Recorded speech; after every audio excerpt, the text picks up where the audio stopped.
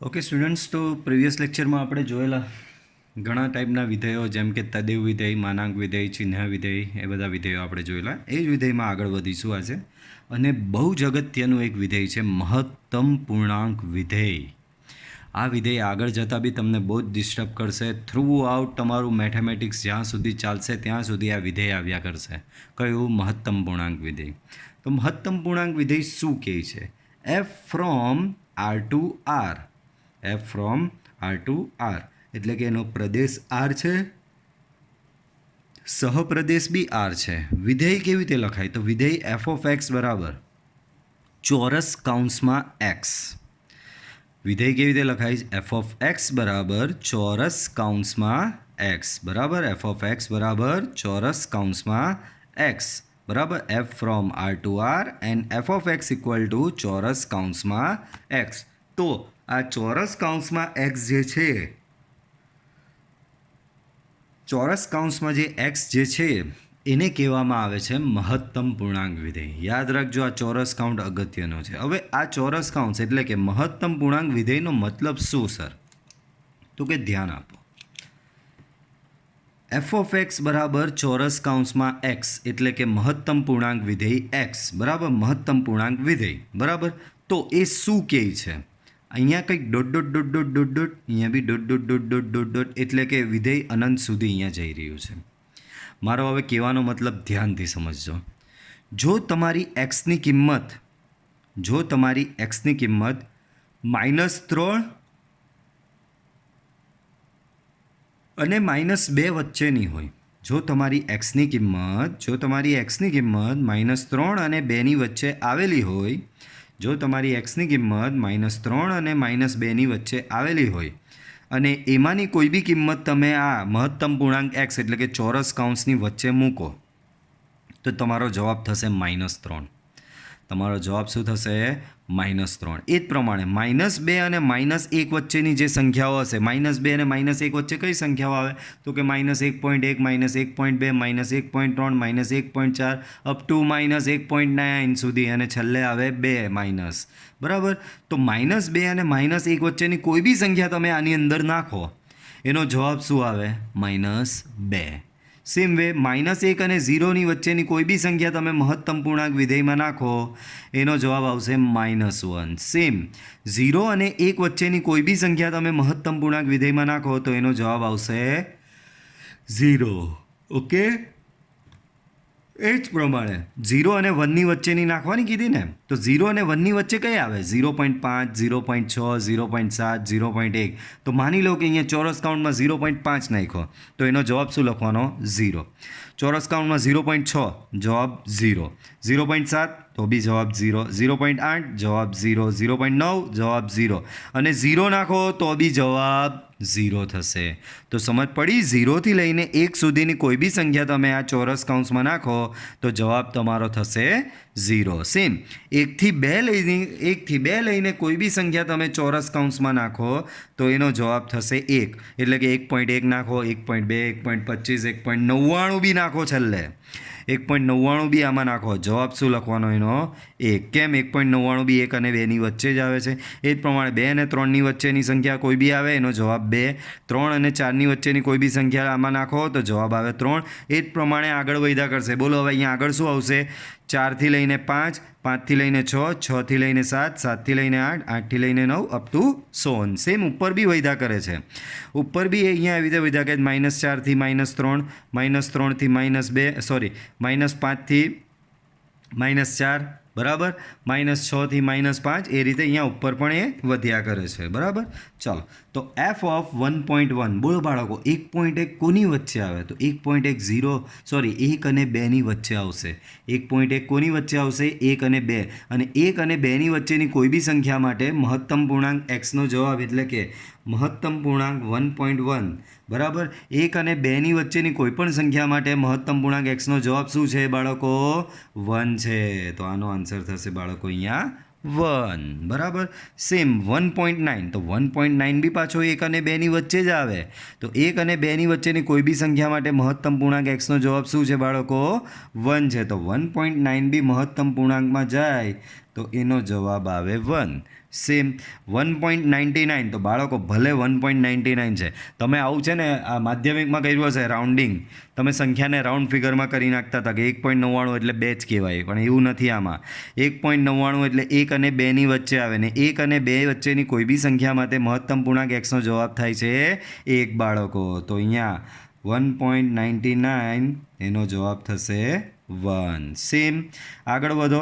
2.01 બાળકો, 2.2.01 2 અને 3ની વચ્ચે આવે છે, તો 2 અને 3 વચ્ચેની કોઈ બી સંખ્યા માટેનો જવાબ શું થશે બાળકો? તમારો 2 થશે. Okay, next 3.5. તો 3.5 3 અને 4ની વચ્ચે આવે છે. 3.5 ક્યાં આવે? 3 અને 4ની વચ્ચે આવે. તો 3 અને 4ની વચ્ચેની કોઈ બી સંખ્યા માટે જવાબ શું થાય? 3. તો 3.5 બી તમારો મહત્તમ પૂર્ણાંકમાં જાય. 3.5 જાય તો એનો જવાબ આવે બાળકો 3. સેમ એ જ પ્રમાણે 0.7 0 અને 1ની વચ્ચે આવેલી છે. 0.7 શું છે? 0 અને 1ની વચ્ચે આવેલી. તો 0 અને 1ની વચ્ચેની કોઈ બી સંખ્યાનો જવાબ શું થશે બાળકો? 0 થશે. તો મહત્તમ પૂર્ણાંકમાં 0.7 બરાબર જવાબ થશે 0. સેમ -0.8. તો બાળકો -0.8 -1 અને 0ની વચ્ચે આવે. -0.8 ક્યાં આવે? -1 અને 0ની વચ્ચે આવે. તો -0.8નો જવાબ થશે બાળકો તમારો -1. બરાબર. -1.4 બાળકો, -1.4. તો -1.4 પાછો -2 અને -1ની વચ્ચે જ આવે. -1.4 ક્યાં આવશે? -2 અને -1ની વચ્ચે આવે. તો -1.4નો જવાબ શું થશે બાળકો? -2 થશે. બરાબર. એ જ પ્રમાણે -2.6. તો -2.6 -3 અને -2ની વચ્ચે આવશે. તો એનો જવાબ શું થશે? આ રહ્યો -3. સો -2.6નો જવાબ થશે બાળકો -3. કેમ? -2.6 -3 અને -2ની વચ્ચે આવે છે, તો એનો જવાબ થશે -3. આ જ પ્રમાણે કંઈક એક્સ્ટ્રા કોઈ તમને આવું કહે, સર આ તો બધી પોઈન્ટવાળી આવી, સાદી આવી તો સર કોઈ આવું કહે કે f(2), તો મહત્તમ પૂર્ણાંક 2, તો એનો જવાબ 2 જ રહેશે. બરાબર. કોઈ આવીને એમ કહી ગયું સર f(0), તો મહત્તમ પૂર્ણાંકમાં 0, એનો જવાબ 0 જ રહેશે. કોઈ આવીને કહી ગયું -2, તો મહત્તમ પૂર્ણાંકમાં -2નો જવાબ -2 જ આવશે. કોઈ આવીને કહી ગયું સર -1, તો મહત્તમ પૂર્ણાંકમાં -1નો જવાબ -1 જ. કોઈ આવીને કહી જાય સર -10, તો મહત્તમ પૂર્ણાંકમાં -10નો જવાબ થશે -10 જ. બરાબર. ત્યારબાદ મહત્તમ પૂર્ણાંક વિધેયનો પ્રદેશ. બાળકો મેં તમને કીધેલું પ્રદેશ એટલે અહીંયા જે હોય તે વિધેયમાં પ્રદેશ, અહીંયા જે હોય તેને સહપ્રદેશ. બરાબર. અને પ્રદેશની તમામ કિંમતો વિધેયમાં મૂકવાથી જે આ બધી કિંમતો મળે, અહીંયા તમને જો કઈ કિંમતો મળે -3 -2 -1 0 1 2 3, તો તમને એવું નહીં લાગતું કે આ તો બેઠું ઝેડ ગણ જ છે, પૂર્ણાંક સંખ્યાઓનો જ ગણ છે? તમને જવાબમાં જો બધી પૂર્ણાંક સંખ્યાઓ જ મળે છે -3 -2 -1 0 1 2 3, તો આ બધી કઈ સંખ્યાઓ છે? પૂર્ણાંક સંખ્યાઓ જ છે. તો જવાબમાં તમને બધી પૂર્ણાંક સંખ્યાઓ જ મળે છે. આથી મહત્તમ પૂર્ણાંક વિધેયનો વિસ્તાર શું થશે તમારો? ઝેડ, એટલે કે પૂર્ણાંક સંખ્યાઓનો ગણ. ત્યારબાદ છે નેક્સ્ટ વિધેય, ધ્યાનથી જુઓ, બહુપદી વિધેય. તો બહુપદી વિધેય શું કહે છે? f from r to r. વિધેય r થી r પર વ્યાખ્યાયિત છે. f(x) બરાબર an x(n), an-1 x(n-1) plus up to a1x plus a0. બરાબર. તો આ તમારું જે છે એ તમારું બહુપદી વિધેય છે. બરાબર.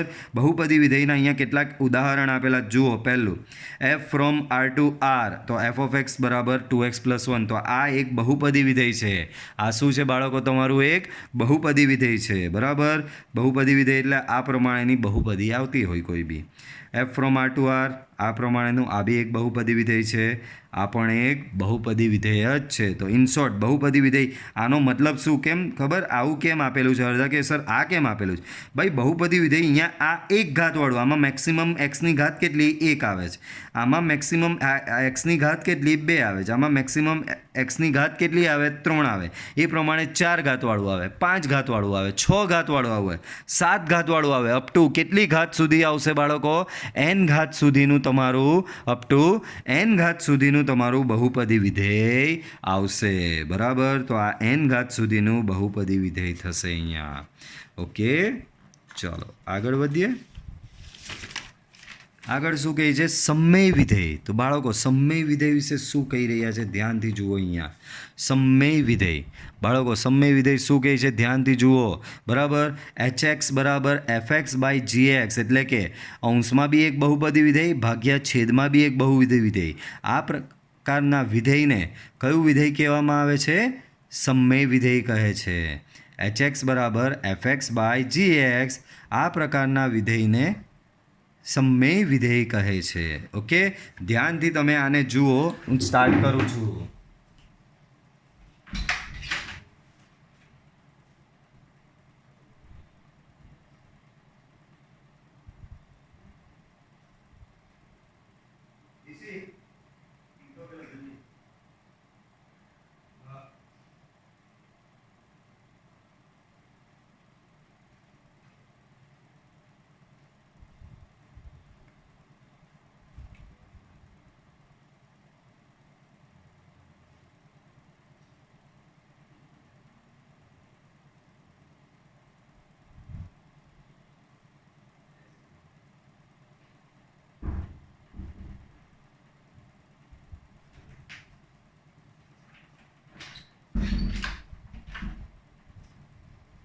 ઓકે, તો સમમેય વિધેય કોને કહેવાય? તો કે સમમેય વિધેય એટલે hx બરાબર f of x by g of x પ્રકારના વિધેયને સમમેય વિધેય કહે છે. જ્યાં fx અને gx તમારા શું છે? બહુપદીય વિધેયો છે. fx અને gx શું છે? બહુપદીય વિધેયો છે. hx બરાબર જુઓ અહીંયા શું લખ્યું છે? એક વિધેય ઉપર છેદમાં બીજું વિધેય, એક વિધેય ઉપર ભાગ્યા બીજું વિધેય. તો આ તમારું કયું વિધેય થયું બાળકો? સમમેય વિધેય થયું. hx બરાબર આ ભાગ્યા આ એ તમારું સમમેય વિધેય થશે. બરાબર, આ બી જુઓ અહીંયા hx બરાબર એક બહુપદી વિધેય અંશમાં, એક બહુપદી વિધેય છેદમાં. તો આ બી તમારું શું થશે બાળકો? સમમેય વિધેય જ થશે. ત્યારબાદ છે ન્યૂનતમ પૂર્ણાંક વિધેય. ત્યારબાદ શું છે? ન્યૂનતમ પૂર્ણાંક વિધેય. જ્યાં f ફ્રોમ શું આપેલું છે? f from r to r, અને f ઓફ x બરાબર તમે જુઓ ચોરસ કૌંસની જગ્યાએ અડધો જ ચોરસ કૌંસ આપેલો છે. જુઓ ધ્યાનથી. બરાબર, આવો સિમ્બોલ છે ને એની અંદર x. બરાબર, અગાઉ હતો તે ચોરસ કૌંસમાં x હતો, આમાં નીચેનું પાંખ્યું નહીં પાડવાનું. બરાબર, તો આને કહેવાય ન્યૂનતમ પૂર્ણાંક વિધેય. હવે આમાં પહેલાં કરતાં ઊંધું લેવાનું. કેવું ઊંધું? તો જુઓ -3, યાદ રાખજો અગાઉ જે હતું ને આ સંકેત બહુ હેરાન કરે એવો છે. અહીંયા અગાઉ જે હતું ને એમાં જો લેસર ઇક્વલ ટુની સાઇન આ બાજુ આવતી હતી, આમાં જો લેસર ઇક્વલ ટુની સાઇન આ બાજુ આવે છે. આ બે વચ્ચેનો ડિફરન્સ મહત્તમ પૂર્ણાંક અને ન્યૂનતમ પૂર્ણાંક વચ્ચે. મહત્તમ પૂર્ણાંક વિધેયમાં તમામ લેસર ઇક્વલ ટુની સાઇન આ બાજુ આવતી હતી, અને ન્યૂનતમ પૂર્ણાંક વિધેયમાં લેસર ઇક્વલ ટુની સાઇન તમારી આ બાજુ આવશે. તો ન્યૂનતમ પૂર્ણાંક વિધેય શું કહે છે એ ધ્યાનથી સાંભળો અહીંયા કે -3 અને -2 વચ્ચેની -3 અને -2 વચ્ચેની કોઈ બી સંખ્યા હોય તો એનો જવાબ લાસ્ટ ટાઈમ તમને ખબર હોય, લાસ્ટ ટાઈમ હતું તો શું હતું? -3 અને -2 વચ્ચેની સંખ્યા હોય તો એનો જવાબ આ સાઈડવાળો લખતા હતા આપણે. જો -3 આ સાઈડવાળો, -2 આ સાઈડવાળો, -1 આ સાઈડવાળો 0 આ સાઈડવાળો 1 આ સાઈડવાળો 2 આ સાઈડવાળો 3. તો અગાઉ જે કરેલું એમાં તમારો જવાબ બધો આ સાઈડવાળો તમે અહીંયા લખતા હતા, અને આમાં જે છે તેમાં આ સાઈડવાળા જવાબ લખવાના. જો -3 અને -2 વચ્ચેની કોઈ બી સંખ્યા હોય તો એનો જવાબ થશે -2. -2 અને -1 વચ્ચેની કોઈ બી સંખ્યા હોય એનો જવાબ થશે -1 આ બાજુનો. -1 અને 0 વચ્ચેની કોઈ બી સંખ્યા હોય અને એ ન્યૂનતમ પૂર્ણાંક વિધેયમાં જાય તો એનો જવાબ થાય આ બાજુનો 0. 0 અને 1ની વચ્ચેની કોઈ બી સંખ્યા હોય એનો જવાબ થશે 1. 1 અને 2ની વચ્ચેની સંખ્યાનો જવાબ થશે 2. 2 અને 3 વચ્ચેની સંખ્યાનો જવાબ થશે 3. આ જ પ્રમાણે આગળ વધ્યા કરશે. દેન f ઓફ 0.8, બોલો 0.8 ક્યાં આવશે? તો 0.8 0 અને 1ની વચ્ચે આવશે. 0.8 ક્યાં આવશે? 0 અને 1ની વચ્ચે આવશે. તો 0 અને 1ની વચ્ચેની કોઈ બી સંખ્યા માટે જવાબ શું થશે? આ બાજુનો, એટલે કે 1 થશે. બરાબર, એટલે કે વ્યવસ્થિત હજી લખીએ તો ન્યૂનતમ પૂર્ણાંક વિધેયમાં 0.8 લખો તો એનો જવાબ થશે આ બાજુનો 1 બરાબર. દેન 1.2 લખો. 1.2 1 અને 2ની વચ્ચે આવે છે. 1.2 ક્યાં આવે છે? 1 અને 2ની વચ્ચે. તો 1 અને 2ની વચ્ચેની કોઈ બી સંખ્યા એટલે કે 1.2 લખો. 1.2 તો એનો જવાબ આ બાજુનો એટલે કે શું આવશે? 2 આવશે. 1.4 તો કે 1.4 ક્યાં આવશે? 1 અને 2ની જ વચ્ચે આવે. એનો જવાબ શું લખવાનો? 2 લખવાનો. 1.4 ન્યૂનતમ પૂર્ણાંકમાં જાય તો 2. એવી રીતે 1.99 તો 1.99 ન્યૂનતમ પૂર્ણાંકમાં જાય તો 1.99 બી 1 અને 2ની વચ્ચે જાય. 1 અને 2ની વચ્ચેની દરેક સંખ્યા માટે જવાબ શું લખવાનો છે? 2. તો અહીંયા આવશે 2. 2.01 તો 2.01 2 અને 3ની વચ્ચે આવે છે. તો 2 અને 3ની વચ્ચેની કોઈ બી સંખ્યા માટે જવાબ થશે તમારો 3. તો 2.01 જવાબ થશે 3. દેન -0.1 -0.1 ક્યાં આવે? તો કે -1 અને 0ની વચ્ચે આવે. -0.1 ક્યાં આવે? -1 અને 0ની વચ્ચે. તો ત્યારે જવાબ શું લખવાનો છે આપણે? 0. તો -0.1નો જવાબ થશે અહીંયા 0. દેન -0.9નો જવાબ શું થશે? તો -0.9 -1 અને 0ની વચ્ચે આવે તો એનો જવાબ બી જુઓ 0 થશે. -0.99 એનો જવાબ બી શું થશે? 0. -1.1 -2 અને -1ની વચ્ચે આવે તો એનો જવાબ થશે -1.1નો જવાબ થશે. -2 અને -1ની વચ્ચે આવે તો એનો જવાબ થશે -1 બરાબર. દેન -1.9 -2 અને -1ની વચ્ચે આવે તો એનો જવાબ બી શું થશે? -1. -1.9નો જવાબ થશે બાળકો -1. -2.3 -3 અને -2ની વચ્ચે આવે એનો જવાબ શું લખવાનો? -2. તો -2.3નો જવાબ થશે -2. -2.99 -3 અને -2ની વચ્ચે જ આવે એનો બી જવાબ શું આપેલો છે? -2. સો -2.99નો જવાબ લખવાનો બાળકો તમારે -2. ન્યૂનતમ પૂર્ણાંક વિધેયનો પ્રદેશ R થશે ને ન્યૂનતમ પૂર્ણાંક વિધેયનો વિસ્તાર તમારો થશે Z. જે પ્રમાણે આમાં જયેલું ને સેમ એવું બરાબર. મહત્તમ પૂર્ણાંક વિધેયનો બી પ્રદેશ R હતો. ન્યૂનતમ પૂર્ણાંક વિધેયનો બી પ્રદેશ R થશે. મહત્તમ પૂર્ણાંક વિધેયનો વિસ્તાર Z થશે. ન્યૂનતમ પૂર્ણાંક વિધેયનો વિસ્તાર પણ તમારો શું થશે બાળકો? Z જ થશે. ક્લિયર? ચાલો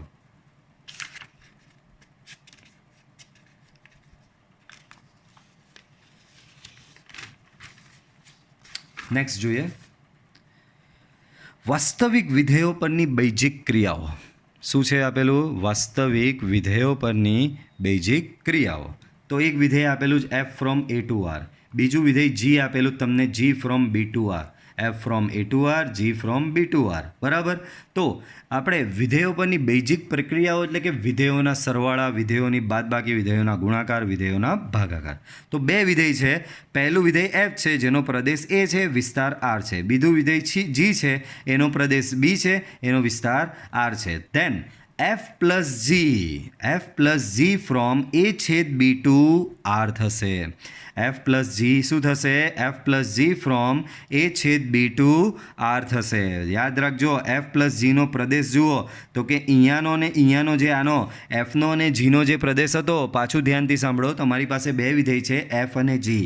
F શું છે તમારું? F from A to R, G from B to R. F from A to R છે, G from B to R છે. તો F પ્લસ Gનો પ્રદેશ, જે Fનો પ્રદેશ A હતો, Gનો પ્રદેશ B હતો, તો F પ્લસ Gનો પ્રદેશ થશે A છેદ B. આ બાજુ તો આરનું આર રહેશે જ બરાબર. તો અહીંયા ધ્યાન આપો. F plus G of X, F plus G of X બરાબર થશે બહુ જ સિમ્પલ. આ F એક્સને લાગે એટલે F ઓફ X મળે, આ G એક્સને લાગે એટલે G ઓફ X મળે. વચ્ચે અહીંયા પ્લસ હતું એટલે પ્લસ આવશે. પણ ધ્યાન રાખજો, પ્રદેશ જુઓ. પ્રદેશ શું થશે? જ્યારે બી બે વિધેયનો સરવાળો લેવો તો બે વિધેયના સરવાળાનો પ્રદેશ એ બે વિધેયના પ્રદેશનો છેદગણ જ થશે. તો F plus G of X થશે તમારું. F f of x plus g of x બરાબર. Then f minus g from A છેદ બી ટુ આર. શું થશે અહીંયા જુઓ, એફ માઇનસ જી ફ્રોમ શું છે, એ છેદ બી ટુ આર. તો F minus G of X થશે F of X minus G of x બરાબર. F minus G of X શું થશે, F of X minus G of X. Okay. Then F into G, આ બે વિધેયનો ગુણાકાર શું છે બાળકો, એફ ઇન્ટુ જી. તો એફ ઇન્ટુ જી ફ્રોમ થશે એ છેદ B to R and F into G of x બરાબર થશે જુઓ, F into G of x બરાબર F of X into G of x બરાબર. તો F into G of X શું થશે, F X into G X. Okay. Then F by G, F by G from A છેદ B. અહીંયા બહુ અગત્યનું છે, જો તમે જોઈ શકો છો કે સરવાળામાં બી પ્રદેશ જે લીધો તે આ બંનેનો છેદ જ લીધો, બાદ બાકીનો પ્રદેશ બી આ બંનેનો છેદ, ગુણાકારનો પ્રદેશ બી આ બંનેનો છેદ. પણ ભાગાકારના પ્રદેશની આ વાત આવી તો છેદ તો લીધો પણ અહીંયા માઇનસ કર્યું છે કંઈ, આનો મતલબ શું, માઇનસ કંઈક બાદ કરવાનું છે. શું બાદ કરવાનું છે, તો એવા તમામ એક્સ બાદ થઈ જશે, એવા તમામ એ છેદ બીના ઘટકો બાદ થઈ જશે કે જેના માટે જી એક્સ બરાબર 0 થાય. જી એક્સ બરાબર 0 એટલે છેદ બરાબર 0 થાય. તો F of x by G of એક્સમાં જો છેદ બરાબર જે 0 કરતું હોય ને, એક્સની જે કિંમત માટે, પાછું ધ્યાનથી સાંભળજો, એક્સની જે કિંમત માટે જી એક્સ બરાબર 0 થાય, એક્સની જે કિંમત માટે જી એક્સ બરાબર 0 એટલે કે છેદ બરાબર 0 થાય, એ કિંમત નહીં આવવી જોઈએ પ્રદેશમાં. તો જો એવા તમામ એક્સ કે જ્યાં જી એક્સ બરાબર 0 થતું હોય તેવા બધા એ છેદ બીમાંથી બાદ કરી નાખવાના. તો એ છેદ બીમાંથી એવા તમામ એક્સ બાદ થઈ જાય કે જેનાથી જી એક્સ બરાબર શું થતું હોય છે, 0 થતું હોય છે બરાબર. તો જો અહીંયા તો આરનો આર છે જ, માત્ર અહીંયા બી એ છેદ બી તો છે જ, માત્ર માઇનસ શું કરવાનું, એવા તમામ ઘટકો એ છેદ બીમાંથી બાદ કરી દેવાની કે જેના માટે તમારો છેદ તમારો શું થતો હોય, અહીંયા 0 થઈ જતો હોય. ઓકે. તો આ સાથે વિધેયની થિયરી અહીંયા ખતમ થાય છે. એના થોડાક દાખલા જોઈએ એટલે તમને અંદાજો આવી જાય. ચાલો, પહેલો દાખલો, એન એ પ્રાકૃતિક સંખ્યાઓનો ગણ છે. તો કે કહેવાની જરૂર નહીં હતી, બધાને ખબર એન એટલે શું છે, પ્રાકૃતિક સંખ્યાઓનો ગણ. તમને ખબર હતી કે નહીં હતી, એન એટલે શું કહેવાય, પ્રાકૃતિક સંખ્યાઓનો ગણ. અને તેની પર વ્યાખ્યાયિત કોઈ સંબંધ આર એવો છે કે જેથી, સંબંધ આપેલો છે આર, સંબંધ આર બરાબર કેવો છે, તો કે એવા તમામ એક્સ વાય કે જ્યાં વાય બરાબર 2x, જેવા તમામ એક્સ વાય કે જ્યાં વાય બરાબર 2x અને x comma y belongs to N. તો સંબંધ આરનો પ્રદેશ, સહપ્રદેશ અને વિસ્તાર શોધો. શું આ સંબંધ વિધેય છે, શું આ સંબંધ વિધેય છે. તો બાળકો અહીં સંબંધ કોના પરનો છે, એન પરનો છે બરાબર. એટલે પહેલી વસ્તુ તો નક્કી થઈ ગઈ, R subset N cross N. આ પહેલો એન એ આનો પ્રદેશ થશે, બીજો એન આનો સહપ્રદેશ થશે બરાબર. એ વસ્તુ આપણે અગાઉ ભણેલા જ છીએ બરાબર. ચાલો, તો હવે આની આગળ વધારીએ તો આરને પહેલાં આમાં યાદીની રીતે લખીએ બાળકો. એક્સ અને વાય કેવા લેવાના કે જેથી વાય બરાબર 2x થાય અને એક્સ અને વાય બંને ક્યાં હોવા જોઈએ, એનમાં હોવા જોઈએ. તો બાળકો એનમાં પ્રાકૃતિક સંખ્યાઓનો ગણ, તો કે પ્રાકૃતિક સંખ્યામાં શું આવે, 1 2 3 4 5 up to dot dot dot dot dot બરાબર. આ બધી સંખ્યાઓ આવશે બરાબર. હું પહેલાં એક્સ બરાબર 1 લઉં તો એનો મતલબ વાય બરાબર 2 ઇન્ટુ 1 બરાબર શું થશે, 2 થશે. આનો મતલબ 1,2 બિલોંગ્સ ટુ આર થશે. દેન એક્સ બરાબર જો હું 2 લેવું, એક્સ બરાબર શું લેવું છું હવે બાળકો, 2 લેવું છું, તો વાય બરાબર થશે 2 into 2 which is equal to 4. So 2,4 belongs to થશે આર. દેન એક્સ બરાબર હું 3 લઉં, સો વાય બરાબર 2 ઇન્ટુ 3 બરાબર 6. તો અહીંયા થશે 3,6 belongs to R. Then x equal to 4 લેવું, સો y ઇક્વલ ટુ થશે 2 into 4 that is equal to 8. Okay. So 4,8 belongs to R થશે. આ જ પ્રમાણે તમે આગળ મૂકતા જાઓ एक्स बराबर 5 लो तो बधाने खबर वाय बराबर 2 × 5 = 10 મળે બરાબર. ડેટ મીન્સ 5,10 બિલોંગ્સ ટુ થશે આર. આ જ પ્રમાણે આગળ બધું વધ્યા કરશે. તો આના પરથી તમને આર બરાબર જુઓ શું મળ્યો તો 1,2 2,4 4,8 5,10 અપ ટુ સો ઓન. બરાબર. આના પરથી તમે હવે ઇઝીલી લખી શકો આરનો પ્રદેશ. બરાબર. આરનો પ્રદેશ શું થશે 1 2 3 રહી ગયો અહીંયા વચ્ચે. ચાલો કંઈ નહીં, અહીંયા ઉપર લખી દઉં 3,6. બરાબર. 1 પ્રદેશમાં શું કરીએ પહેલાં ઘટકો લઈ લેવાના 1 2 3 4 5 1 2 3 4 5 બરાબર up to so on. In short આરનો પ્રદેશ તમારો એન જ થશે. બરાબર. મેં કીધેલું આ પહેલો હોય તે પ્રદેશ, બીજો જે હોય તે સહપ્રદેશ. બોલો તો આરનો સહપ્રદેશ બી શું થશે? આ બીજો એન જ થશે. આરનો સહપ્રદેશ ઇક્વલ ટુ થશે એન. અને લાસ્ટ આરનો વિસ્તાર. આરનો વિસ્તાર. તો વિસ્તારમાં શું કરતા હતા આપણે? બધી બીજી સંખ્યાઓ લેતા હતા. બીજામાં શું આવે 2 4 6 8 10 2 4 6 8 10 અપ ટુ સો ઓન. બરાબર. તો આ એક રીતે જોવા જઈએ તો આરનો વિસ્તાર આવું બી લખી શકાય યુગ્મ. અહીંયા બધી પ્રાકૃતિક સંખ્યાઓ તો આવે છે, પણ કઈ પ્રાકૃતિક આવે છે? યુગ્મ પ્રાકૃતિક સંખ્યાઓ આવે. તો હું આને બીજી રીતે લખવું હોય તો કઈ રીતે લખી શકાય? યુગ્મ પ્રાકૃતિક સંખ્યાઓનો ગણ. બરાબર. તો આવું કંઈક થશે. ઓકે ચલો તો આ ધ્યાનથી જુઓ. દાખલો આવ્યો.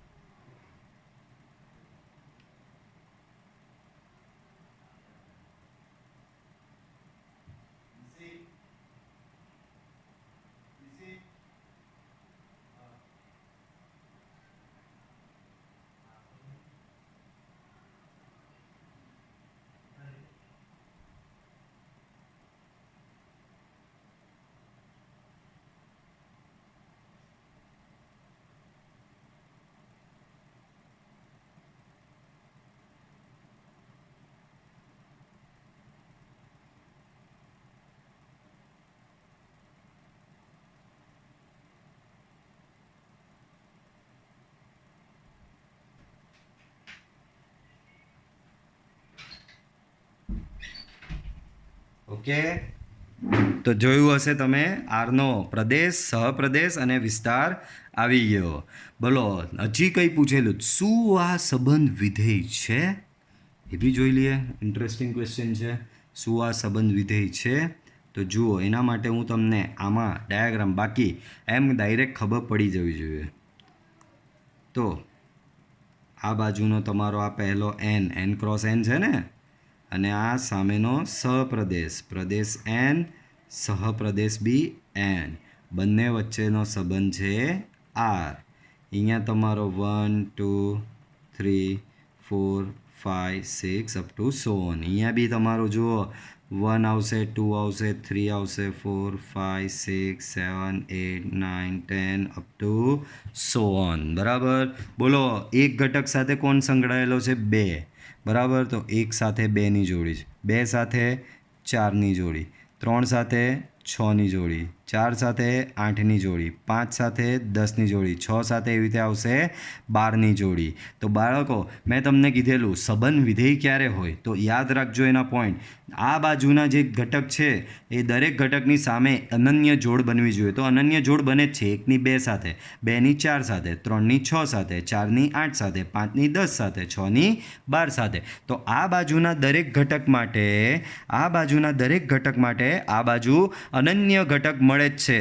બરાબર. મેં તમને કીધેલું કે આ બાજુનો કોઈ ઘટક રહી નહીં જવો જોઈએ અને આ બાજુના કોઈ ઘટકમાંથી 2 તીર નહીં નીકળવા જોઈએ.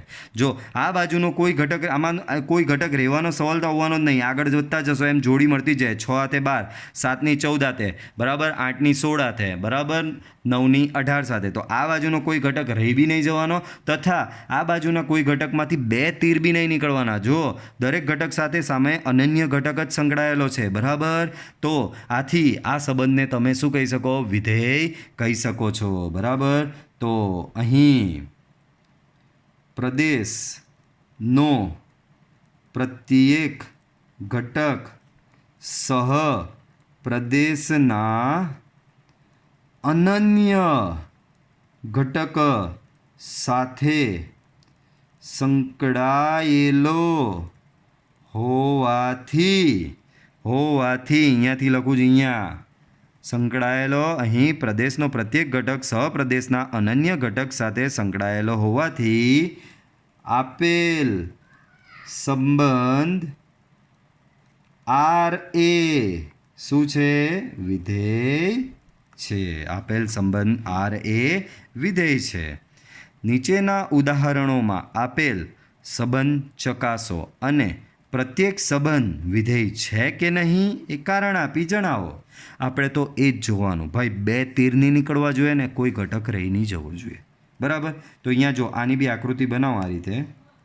બરાબર. આની બી આકૃતિ જો બનાવવામાં આવે તો ધ્યાનથી જુઓ. આ બાજુ 2, 3 અને 4 છે. 2, 3 અને 4. આ બાજુ છે 1, 1, 2 એટલે કે 1 અને 2 છે. 2 અહીંયા એક સાથે સંકળાયેલો છે, 3 બી એક સાથે સંકળાયેલો છે, 4 2 સાથે. તો જુઓ આ બાજુનો કોઈ ઘટક રહી નહીં ગયો, દરેકમાંથી તીર નીકળું, તથા આ બાજુના કોઈ ઘટકમાંથી 2 તીર નહીં નીકળે. હવે કહેશો સર આ જો ને આ 2 જમા થાય, પણ 2 તીર આ બાજુ જમા થાય છે. અહીંયાથી 2માંથી તો એક જ તીર નીકળું ને 3માંથી બી એક જ તીર નીકળું. ભલે સામે બંને તીર એક જગ્યાએ ગયા, પણ અહીંયાના ઘટકમાંથી હવે આવી રીતે બીજું તીર જો નીકળે ને તો એ સંબંધ વિધેય નથી. બરાબર. તો અહીં આપેલ સંબંધ આરના પ્રદેશનો પ્રત્યેક ઘટક સહપ્રદેશના અનન્ય ઘટક સાથે સંકળાયેલો છે. આથી આપેલ સંબંધ આર એ શું છે? વિધેય છે જ. બરાબર. મેં પાછું એક વખત તમને કહું છું કે આ બાજુનો કોઈ ઘટક રહી નહીં જવો જોઈએ, એટલે કે આ બાજુના કોઈ ઘટકમાંથી તીર નહીં નીકળે એવું નહીં બનવું જોઈએ. જો આ બાજુના કોઈ ઘટકમાંથી તીર નહીં નીકળ્યું તો એ સંબંધ વિધેય નથી. અને આ બાજુના કોઈ ઘટકમાંથી 2 તીર બી નહીં નીકળવા જોઈએ. આ બાજુના કોઈ ઘટકમાંથી 2 તીર બી નહીં નીકળવા જોઈએ, એક જ સિંગલ તીર નીકળવું જોઈએ. તો એ સંબંધ થશે તમારું વિધેય. ચલો નેક્સ્ટ. તો કે અહીંયા આર બરાબર આવું કંઈક આપેલું છે, ધ્યાનથી જુઓ. 2 2 3 4. બરાબર. 2 2 3 4 એનો મતલબ 2 3 4. સામેની સાઈડ 2 4 3 4. બરાબર. તો 2 3 4 જ છે ઇન શોર્ટ. જોઈ લો 2 4 3 4 એટલે આપણે ઘટકનું પુનરાવર્તન કરવાનું હોતું નથી. ચાલો પહેલાં 2 એ 2 સાથે સંકળાયેલો છે, આ રહ્યો તો એક તીર ગયું. પાછો 2 એ 4 સાથે સંકળાયેલો છે, વેરી ગુડ. દેન 3 એ 3 સાથે સંકળાયેલો છે અને 4 એ 4 સાથે સંકળાયેલો છે. તો અહીંયા ચાલે જ નહીં. અહીંયા આ ઘટક 2ના 2 પ્રતિબિંબ મળ્યા. 2નું એક પ્રતિબિંબ 2 બી છે અને 2નું બીજું પ્રતિબિંબ 4 બી છે, એટલે કે એક જ ઘટકમાંથી 2 એરો નીકળ્યા. આથી આપેલ સંબંધ એ વિધેય નથી. બરાબર. તો અહીં આપેલ સંબંધમાં પ્રદેશના ઘટક 2ને સંગત સહપ્રદેશમાં 2 પ્રતિબિંબ 2 અને 4 મળે છે. આથી આપેલ સંબંધ વિધેય નથી. બરાબર. 2 તીર નીકળ્યા એટલે ચાલે જ નહીં. Okay, clear. તો આપણે આ વિડીયો લેક્ચરમાં આટલે સુધી રાખીએ, બાકીનું આપણે જોઈશું નેક્સ્ટ વિડીયો લેક્ચરમાં. Till then bye bye.